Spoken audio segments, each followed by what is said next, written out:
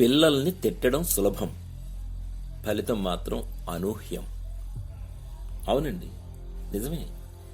ఇంటికి 2 గంటలు ఆలస్యంగా వచ్చిన టీనేజ్ కుమారుణ్ణి తల్లిదండ్రులు మందలిస్తే ఆ కుర్రాడు ఆత్మహత్య చేసుకున్నాడు. ఇది ఎక్కడో కాదు, హైదరాబాద్లో జరిగిన యథార్థ సంఘటన.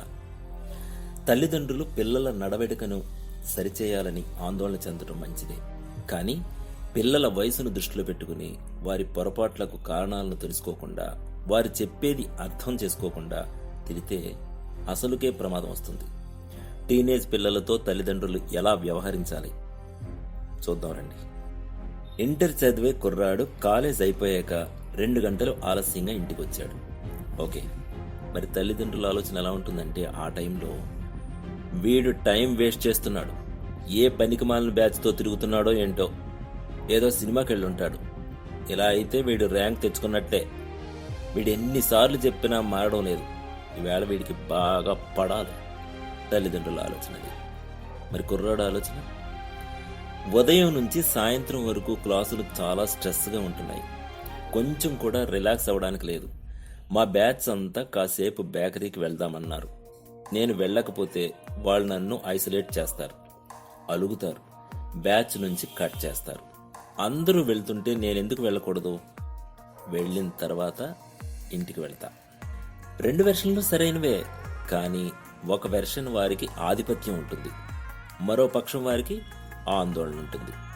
తల్లిదండ్రులు ఇంటి యజమానులు, కుర్రాడికి కూడా యజమానులు. వారు యజమానులు కాకుండా తల్లిదండ్రులు ఎప్పుడవుతారంటే, ఆ కుర్రాడు ఏదీ దాచకుండా తల్లిదండ్రులకు చెప్పినప్పుడు, చెప్పుకునే వాతావరణం ఉన్నప్పుడు, దానిని అర్థం చేసుకుని ఎంతవరకు ఎలవ్ చేయాలో అంతవరకు ఎలవ్ చేయగలిగినప్పుడు. పై సందర్భంలో ఆ కుర్రాడు మా బ్యాచ్ అంతా బేకరీకి వెళ్దామంటున్నారు అని కాల్ చేస్తే తల్లిదండ్రులు సరే వెళ్ళు, కానీ దానివల్ల నీ టైం వేస్ట్ అవుతుంది, అలాగని వెళ్ళకపోతే బాగుండదు, 1 గంట సేపు ఉండొచ్చాయి అనగలిగితే ఆ కుర్రాడు 45 నిమిషాలే ఉండి వచ్చే అవకాశం ఉంది. కానీ తిడతారనే భయంతో చెప్పకుండా లేట్గా ఇంటికి వచ్చినప్పుడు తల్లిదండ్రులు ముందు వెనక చూడకుండా చెడామడా తిడితే ఆ చిన్న హృదయం ఎంత ఇబ్బంది పడుతుంది. సెన్సిటివ్ పిల్లలైతే అఘాయిత్యానికి పాల్పడతారు. అదే జరిగింది హైదరాబాద్ శివార్లో. ఇలా జరగకుండా ఉండాలంటే కొన్ని టిప్స్ పాటించాలన్నది తల్లిదండ్రుల బాధ్యత కదండి. చూద్దాం. ముందుగా అంగీకరించాలి. టీనేజ్లోకి వచ్చిన పిల్లల తల్లిదండ్రులు తమ పిల్లల ప్రస్తుత స్థితిని అంగీకరించాలి. తమ టీనేజ్ కాలానికి ఇప్పటి టీనేజ్ కాలానికి కాలం చాలా మారిపోయి ఉంటుంది, అది గ్రహించాలి కదా. తమలాగే తమ పిల్లలు ఉండాలనుకుంటే అది కాలానికి విరుద్ధం. ఈ కాలంలో పిల్లలు ఎలా ఉండాలనుకుంటున్నారో అలాగే ఉంటారు. అందులో ఏ మేరకు చెడు ఉందో చూసి దానిని పరిహరించడానికి మాత్రమే తల్లిదండ్రులు ప్రయత్నించాలి.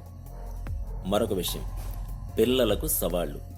మీ పిల్లలు మీకు సమస్య సృష్టిస్తున్నారా, లేదా మీరు మీ పిల్లలకు సమస్య సృష్టిస్తున్నారా? మీ పిల్లలు వారికి ఇష్టమైన కోర్సు చదివేలా చూసారా? వారు యావరేజ్ స్టూడెంట్ అయినా ఫస్ట్ ర్యాంక్ రావాలని వెంటపడుతున్నారా? వారి జ్ఞాపక శక్తి పరీక్షలకు వీలుగా ఉందా? వారికి అన్ని సబ్జెక్టులు అర్థమవుతున్నాయా? వారికి పరీక్షల ఒత్తిడి ఎలా ఉంది? వారికి ఏమాత్రం ఆహ్లాదం అందుతోందా? ఇవన్నీ గమనించకుండా పిల్లలు మరబొమ్మల్లా ఎప్పుడు చెప్పినట్టల్లా వింటూ కేవలం పుస్తకాలు మాత్రమే పట్టుకొని కూర్చోవాలని ఆశిస్తే ఆ పిల్లలకు ఉక్కిరి బిక్కిరి ఎదురవుతుంది. దాని నుంచి బయటపడాలని తల్లిదండ్రులకు తెలియకుండా దొంగ పద్ధతులకు దిగుతారు. అది తల్లిదండ్రులకు ఇంకా తప్పుగా కనిపిస్తుంది. వారు తప్పు చేసేలా చేసింది ముందుగా మనం ఆలోచించాల్సింది తల్లిదండ్రులే. అవునా? కాదనడానికి లేదు, కొంచెం ఆలోచించండి. మరొక విషయం, పనిష్మెంట్ వద్దు, ఇన్స్పిరేషన్ ముఖ్యం. పిల్లలు టీనేజ్లోకి వచ్చాక మానసికంగా, శారీరకంగా ఒక ట్రాన్స్ఫర్మేషన్లో ఉంటారు. ఆ సమయంలో వారు ఫోకస్ పెట్టి చదవాలని అనుకున్న కొన్ని డిస్ట్రాక్షన్స్ ఉంటాయి.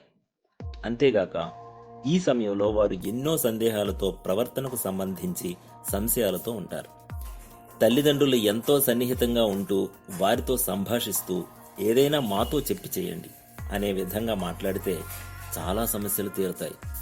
చదువు పట్ల, ప్రవర్తన పట్ల వారిని తల్లిదండ్రులు ఇన్స్పైర్ చేసేలా ఉండాలి తప్ప పనిష్మెంట్ చేసేలా ఉండకూడదు. తిట్టడం, కొట్టడం అనేవి కాదు చేయాల్సింది. బుజ్జగించడం, ప్రతిమాలడం కూడా కాదు. కేవలం స్నేహంగా గైడ్ చేయటం. వారి వల్ల జరిగే తప్పులను, పొరపాట్లను జడ్జి చేయకుండా వారి వైపు నుంచి ఆలోచించి వారికి అర్థమయ్యేలా సరిచేయడం. టీనేజ్లో ఉన్న పిల్లలకు పెద్దవాళ్ళు చెప్పేది అర్థమవ్వాలంటే వారు పెద్దవాళ్లంత వయసుకు చేరాలి. కాబట్టి తల్లిదండ్రులే పిల్లల వయసుకు దిగి పిల్లలతో వ్యవహరించడం ఇరుపక్షాలకు శ్రేయస్కరం. బాగుంది కదండి? మరి ఈరోజు నుండే మొదలు పెట్టండి, సరేనా? ఇదొక బాధ్యత కదా.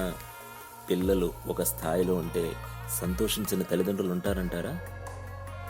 మరొక వీడియోలో మళ్ళీ కలుస్తాను. లైక్ చేయండి, కమెంట్ చేయండి, షేర్ చేయండి, సబ్స్క్రైబ్ చేయండి. నమస్తే.